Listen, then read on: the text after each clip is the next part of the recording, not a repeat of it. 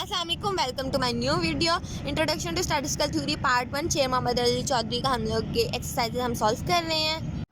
आज हम करेंगे क्वेश्चन नंबर 6.22 का ए पार्ट। इसके अंदर है कि an integer between 3 and 12 inclusively is chosen at random, what is the probability that is even number and that is even number divisible by 3। अब 3 से 12 के दरमियान आपके पास इंटीजर्स हैं, आपने ये निकालना है कि वो इंटीजर्स इवन नंबर है या तो, और दूसरी आपने प्रोबेबिलिटी इस बात की निकालनी है कि डिवाइजेबल बाय 3 हो वो। अब हम करेंगे 6.22 क्वेश्चन का ए पार्ट सॉल्व। इसके अंदर हमारे सैम्पल स्पेस जो है वो 3, 4, क्योंकि 3 से 12 तक इंटीजर्स थे ना, तो हमने वो लिख लिया। एन ऑफ एस हमारा 10 निकला है क्योंकि ये 3 से 12 तक 10 नंबर्स हैं। ठीक है, अब let A be the event that A. अब ए इवेंट हमारा ये है कि इवन नंबर्स हों। इवन नंबर्स जो हैं इसके अंदर वो आप सेलेक्ट कर लें। 4 है इवन नंबर, 6 है, 8 है, 10 है, 12 है, ये हमारे इवन नंबर है। तो हमारा एन ऑफ ए हमारा 5 आ गया। पी ऑफ ए निकालने के लिए हम लोग N of A divide by N of S करते हैं। ठीक है, तो हमारा आ गया 5 डिवाइड बाई 10 और इसको हम सिंप्लीफाई करेंगे तो 1/2 आ जाएगा। ठीक है, उसके बाद let B event that even that the number is divisible by 3। अब इसके अंदर जो डिवाइजेबल बाय 3 है ना वो आप लिख लेंगे। इसके अंदर डिवाइजेबल बाय 3 जो है वो 3 है, 6 है, 9 है और 12 है। सॉरी, यहाँ पे इसने मिस्टेक हुई हुई है। 3 है, 6 है, अच्छा एक मिनट, जो शायद प्रॉपर डिवाइड हो, नहीं 3 है, 6 है और उसके बाद 9 भी है और 12, ये 4 जो है ना ये है हमारे डिवाइजेबल बाय प्रॉपर। ठीक है, तो 4 डिवाइड बाय 10 आ जाएगा, तो 2 2 ज़ा 4 और 2 5 ज़ा 10, 2 डिवाइड बाय 5 आएगा। ये हमारे क्वेश्चन सॉल्व हो गया। अब हम इसका बी पार्ट करते हैं। अब हम करेंगे इसका बी पार्ट। इसका बी पार्ट ये है कि 3 distinct integers are chosen at random. अब 20 पॉजिटिव इंटीजर्स हैं। ठीक है, अब हमें बताया नहीं है कि वो 20 पॉजिटिव इंटीजर हैं कौन से। ठीक है, शुरू के हैं, एंड के हैं, दरमियान के, बस 20 पॉजिटिव इंटीजर्स हैं जिसमें से 3 रैंडम ड्रॉन किए गए हैं। ठीक है, अब हमने निकालना है कि वो सम है, कि उनका सम जो है इवन है, और दूसरा हमने निकालना है कि उनका प्रोडक्ट इवन है। अब हमने इन दो चीज़ों की प्रोबेबिलिटी निकालनी है। अब है कि 20 positive integers and 3 distinct integers are chosen at random. अब हम लोगों ने पहली प्रोबेबिलिटी निकालनी है कि 20 इंटीजर्स थे जिसमें से जो चूजन हुए वो इंटीजर थे ना, वो 3 रैंडम इंटीजर सेलेक्ट हुए, तो हमारी इसकी सैम्पल स्पेस बनेगी 20C3 और इसका हम लोगों का कम्बिनेशन निकलेगा 1140। उसके बाद है let A denote that this sum is even. अब इनका सम, अब 20 जो है ना इंटीजर्स, इनमें से जो है ना इनका सम इवन नंबर आए तो हमने वो लेना है। तो अब देखें, हमने 1 3 5 7 9 11 13 15 17 19 हमने शुरू के इंटीजर्स ले लिए हैं। इसमें से हम लोगों ने 10 ऐसे इंटीजर्स निकाले हैं जिनका सम जो है ना वो पॉजिटिव आ रहा है। मतलब 1 के अंदर 1 ऐड करें तो वो पॉजिटिव आता है, 3 के अंदर 1 ऐड करें तो वो पॉजिटिव आता है, 5 के अंदर 1 ऐड करें वो पॉजिटिव आता है। इस तरीके से इनके अंदर 1 ऐड करते जाएंगे तो ये पॉजिटिव होते जाएंगे 1 से 20 तक। ठीक है, उसके बाद हमारा एन ऑफ ए जो है वो ये आ गया। अब हमारा है कि 10 हमारे पास पॉजिटिव नंबर्स है, इसमें से हमने तीनों जो है ना वो पॉजिटिव ले लिया और ऑड में से कोई भी नहीं लिया, फिर बीच में प्लस, फिर 10 में से हमारे 10 पॉजिटिव नंबर थे जिसमें से हमने 2 पॉजिटिव ले लिया और एक नेगेटिव, और सॉरी एक ऑड ले लिया। हमारी इसकी प्रोबेबिलिटी निकल गई। तो आप इसका कम्बिनेशन ले लेंगे 120 आ जाएगा, इसका ले लेंगे 450 आ जाएगा, इसको ऐड करेंगे तो आपका ये 570 आ जाएगा। फिर पी ऑफ ए को आप डिवाइड करेंगे, मतलब N of A divide by N of S, इसका फार्मूला होता है N of A divide by N of S. ठीक है, तो हमारा ये जो है ना आंसर वो 570 और 1140 आ जाएगा। ये मज़ीद सिंप्लीफाई हो तो आप इसे मज़ीद सिंप्लीफाई भी कर सकते हैं। उसके बाद है let B denote that the product is even. अब देखें, ऐसे 10 ही नंबर हैं निकल सकते हैं जिनका प्रोडक्ट 10 को अगर आप 10 के साथ मल्टीप्लाई करेंगे तो वो 10 ही नंबर ऐसे निकलेंगे जिनका प्रोडक्ट जो है ना वो इवन होगा। तो हम लिखेंगे यहाँ पे 10C3। ठीक है, उसके बाद इनका कम्बिनेशन 120 निकलेगा। ठीक है, अब P हमारा जो है ना P product is even is equal to 1 minus P is not even. ठीक है, अब हम ऐसे भी निकाल सकते हैं, एट लीस्ट वाली जो होती है ना, अब आप 1 माइनस कर दें कि नॉट इवन। अब 10 ही ऐसे नंबर है ना जो इवन नहीं होंगे। अब 20 इंटीजर्स हैं हमारे पास, ठीक है, उनमें से 10 ऐसे हैं जो इवन नहीं होंगे, तो हम लोग लिखेंगे 120। अब ये 120 हमारा ये है और ये 1140 हमारे टोटल 20 इंटीजर्स में से है। ठीक है, कम्बिनेशन जो 20 इंटीजर्स का था वो है। तो अब इनको हम डिवाइड करेंगे, फिर इसके अंदर से माइनस करेंगे तो हमारा आंसर 17/90 आ जाएगा, 19 आ जाएगा। उसके बाद हमारा सी पार्ट है। A box contain 4 red balls, 4 white, 5 green, there are 3 balls are drawn from the box. ठीक है, फाइंड द प्रोबेबिलिटी। अब एक बॉक्स है जिसके अंदर 4 रेड, 4 वाइट और 5 ग्रीन बॉल्स हैं। 3 बॉल्स हमने रेंडमली निकाली हैं। अब हमने प्रोबेबिलिटी निकालनी है कि वो तीनों डिफरेंट हैं या तो फिर वो तीनों सेम कलर की हैं। अब हम लोगों ने पहले लिख लिया रेड 4, वाइट 4, ग्रीन 5। अब इनका टोटल जो है ना हमने 13 निकाल लिया, तो हमारा कम्बिनेशन निकलेगा 13C3, क्योंकि 3 हमने रेंडमली ड्रॉन किया है। 286 हमारी बॉल्स आ गई हैं, वेज आ गई हैं, सॉरी बॉल्स आएगा यहाँ पे, बॉल्स आ गई हैं, ठीक है। उसके बाद है let C be the event at all of a different colour. अब सारी डिफरेंट कलर की हैं, 3 रैंडम सेलेक्ट करनी है ना, तो 4 रेड थी जिसमें से एक अलग डिफरेंट कलर की सिलेक्ट होगी रैंडमली। उसके बाद 4 वाइट थी जिसमें से एक अलग से सिलेक्ट हो गई, ठीक है। फिर 5 ग्रीन थी जिसमें से एक अलग से, अब ये तीनों डिफरेंट कलर की सिलेक्ट हो गई। इनका कम्बिनेशन निकालेंगे, इनका कम्बिनेशन 30 आ जाएगा टोटल। फिर 30 को आप डिवाइड कर देंगे टोटल सैम्पल स्पेस से। इसके बाद इसको सिंप्लीफाई कर देंगे तो 40/143 आ जाएगा। उसके बाद दूसरा पार्ट इसका था कि let denote that all of the same colour. अब सारी सेम कलर्स की हैं, तो इसके लिए हमें 3 पार्ट बनाने पड़ेंगे, ठीक है। एन ऑफ डी हमारा हो जाएगा कि एक दफ़ा तो वो सारी रेड में से आ गई सिलेक्ट, और इस ना ग्रीन से हुई ना वाइट से हुई सिलेक्ट, ठीक है।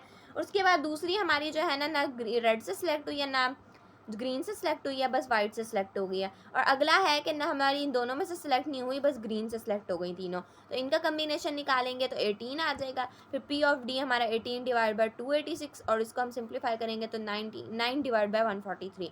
यह हमारा क्वेश्चन सॉल्व हो गया। चलें 6.23 करते हैं। 6.23 क्वेश्चन का जो है ना ए पार्ट है कि find the probability of obtaining at least 1 6 when 5। अब आपने एटलीस्ट एक 6 निकालना है जब 5 डाइस को थ्रोन किया गया और n डाइस आर थ्रोन। जब 5 डाइस थ्रो किए गए तो भी आपने एटलीस्ट 1 6 निकालना है, जब n डाइस थ्रोन किए गए तो ये आपने प्रोबेबिलिटी निकालनी है कि एक 6 आया। अब हमारा 6.23 का ये पार्ट है कि पी ऑफ ए हमारा 1/6 है, मतलब हमने जो है ना 5 डाइस थ्रोन किए, ठीक है, जब तो हमारा 1/6। अब हमने 5 डाइस थ्रोन किया, अब जो है ना 6 आने की प्रोबेबिलिटी जो है 1/6 होगी, क्योंकि 6 1 2 3 4 5 6 होते हैं ना एक डाइस के अंदर नंबर, तो हमारी 6 आने की प्रोबेबिलिटी 1/6 थी, एग्जैक्टली 6 आने की। तो हमारी नॉट 6 आने की प्रोबेबिलिटी कितनी होगी, 5 डिवाइड बाई 6, क्योंकि अब देखें जब एक दफ़ा 6 आ रहा है तो मतलब बाकी 5 दफ़ा फेलुअर में 6 नहीं आया, तो 5 दफ़ा कोई और नंबर आया होगा पाँचों में से, तो फिर हम लोगों का ये आ गया, ठीक है। 1 5 dice are thrown is equal to P at least 1 6। अब हमारा पी एटलीस्ट 1 6 निकालने के लिए हम ऐसे भी कर सकते हैं कि हम 1 माइनस पी नॉट 6 कर दें, ठीक है। मतलब हम लोग 1 माइनस कर दें पी नॉट 6 में से, मतलब हम लोग एटलीस्ट इतने सारे निकालने से बेहतर है कि हम लोग सिर्फ 1 में से ये माइनस कर दें कि 6 आया ही नहीं, तो हमारा वही आंसर आ जाएगा जो एटलीस्ट के बराबर आएगा। तो हम लोग यहाँ लिखेंगे 5/6 की पावर 5, ठीक है। 1 माइनस 0 पॉइंट इसको डिवाइड किया तो इसकी पावर ले लेंगे 5, तो हमारा p एटलीस्ट 1 6 की पावर 0.5981 आ जाएंगे। सिमिलर है ये कि जब n डाइस को थ्रोन किया गया तो वो भी बराबर होगा p एटलीस्ट 1 r 6 के, तो 1 माइनस p नॉट 6, ठीक है। अब नॉट 6 उसमें भी नॉट 6 यूज़ हुआ है, इसमें भी नॉट 6 यूज़ हुआ है, तो p एटलीस्ट 1 6। अब उसमें हम लोगों को पावर दी हुई थी ना 5, हमारे मतलब हमें बताया हुआ था कि डाइस जो है वो 5 दफ़ा थ्रोन किया गया है, लेकिन इसमें हमें बताया गया है कि डाइस को n टाइम्स थ्रोन किया गया, तो यहाँ पे सिर्फ हम n लिखेंगे और हमारा क्वेश्चन सॉल्व हो जाएगा। अब हमारा 23 का बी पार्ट है कि how many dice must be thrown so that the probability at least 1 6 is. अब हमारी प्रोबेबिलिटी गिवन है, ठीक है। अब हमने सिर्फ n बताना है कि n डाइस हमारे मतलब n नंबर ऑफ n बताना है कि डाइस को कितनी बार रोल किया गया कि 1 एटलीस्ट 6 की प्रोबेबिलिटी जो है ना वो 0.99 आई है। अभी हमने ये पार्ट में निकाला था कि नॉट 6 आने की प्रोबेबिलिटी जो है ना वो 5/6 है। अब हम इसकी पावर n लिख देंगे क्योंकि हमें नहीं पता कि वो क्या है, तो एटलीस्ट 1 6 आने की हम लोगों ने निकाली थी ना अभी 1 माइनस नॉट 6 की पावर n, तो हम लोगों को और इसकी हम लोगों को वो भी दी हुई है, टोटल भी निकाल के दिया हुआ है कि मतलब n टाइम्स हमने जो है ना डाइस को रोल किया है कि उसकी 1 6 आने की प्रोबेबिलिटी जो है ना एटलीस्ट 0.99 है, तो इस तरीके से हम इसको लिख देंगे। ये हम लोगों ने ए पार्ट से हिस्सा लिया और ये हम लोगों को क्वेश्चन में गिवन था, ठीक है। और हमने यहाँ n इसलिए लिखा है क्योंकि हम लोगों को नहीं पता कि डाइस को कितनी बार रोल किया गया है, ठीक है। तो हम इसकी जगह पे 0.90 सॉरी हम इधर इसको इधर ले गए हैं और इसका साइन चेंज हो गया और हम लोगों ने वैल्यूज़ इधर उधर की हैं, इसलिए ये वाला साइन भी चेंज हो गया और 5/6/n हो गया, ठीक है। तो हम लोग इसको माइनस करेंगे तो ये आंसर आ जाएगा और इसकी जगह ये वैसे ही आ जाएगा। उसके बाद है taking log on both side. अब दोनों तरफ हमने लॉग ले लिया तो लॉग 0.01 और यहाँ भी n। जब लॉग लेते हैं ना तो जो उसकी पावर होती है ना वो शुरू में आ जाती है और लॉग 5/6 वैसे ही आ जाएगा।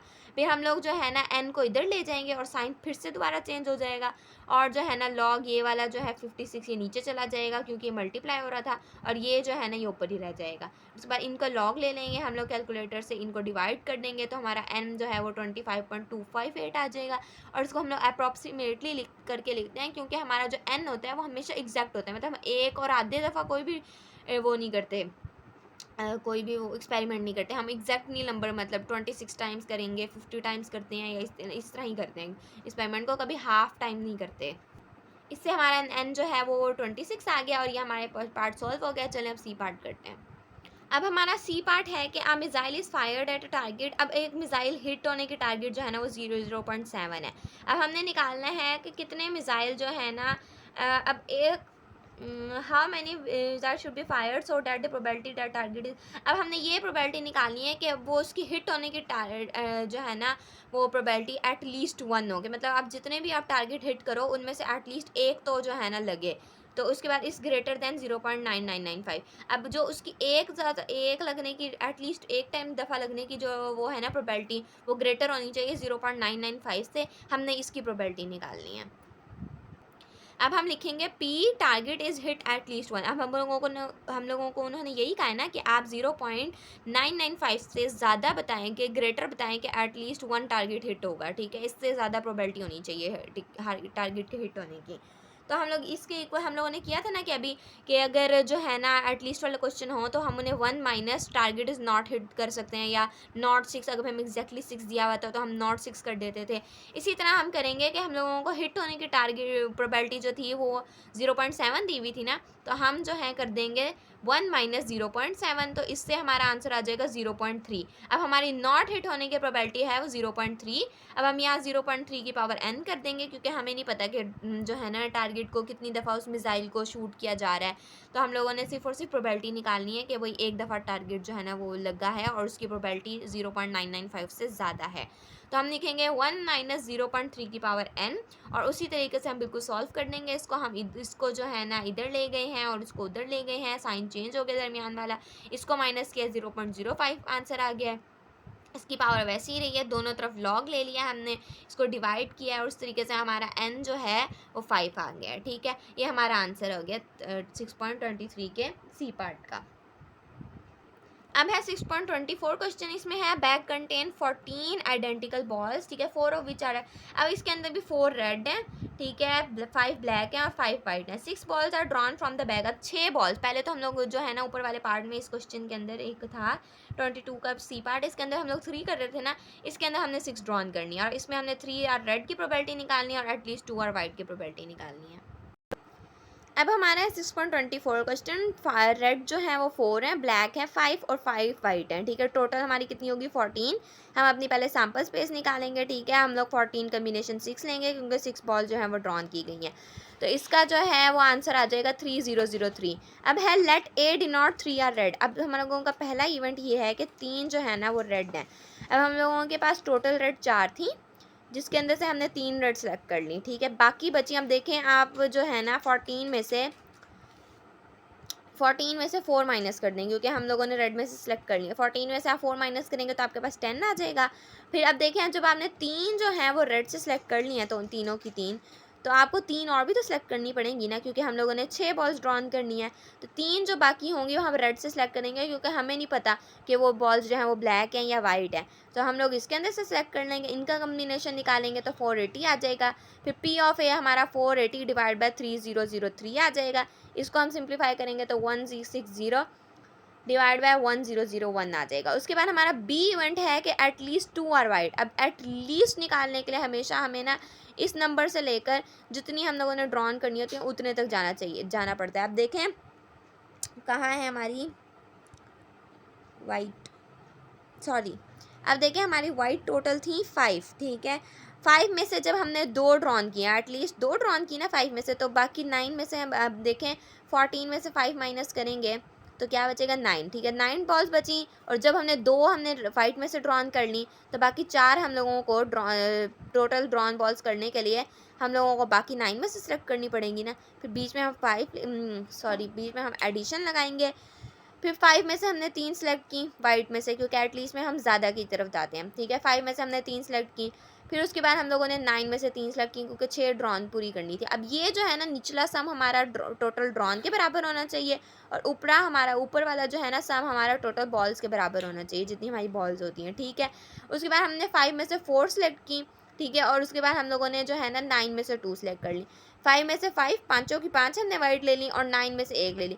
अब हम लोग जो है ना क्योंकि हमने 6 बॉल्स ड्रॉन की हैं, लेकिन हम जो है +5/6 और 9/0 इसलिए नहीं कर रहे क्योंकि हमारे पास तो 6 बॉल्स है ही नहीं वाइट, तो हम 6 बॉल्स कैसे ड्रॉन कर सकते हैं उसके अंदर से। इसलिए हम लोग जो है ना सिर्फ 5/5 तक करेंगे और बाकी एक बॉल जो ड्रॉन रहेगी वो हम लोग जो है ना इसमें से करेंगे। इसका कम्बिनेशन निकालेंगे, इसका कम्बिनेशन को ऐड करेंगे और उसके बाद P(b) को हम लोग जो है ना N(b) को हम लोग डिवाइड करेंगे N(s) से, तो हमारा ये आंसर आ जाएगा। ये मज़ीद सिंप्लीफाई नहीं होगा। ये हमारा क्वेश्चन यहाँ सॉल्व हो गया है। नेक्स्ट वीडियो में मिलते हैं, तब तक के लिए अल्लाह हाफ़िज़।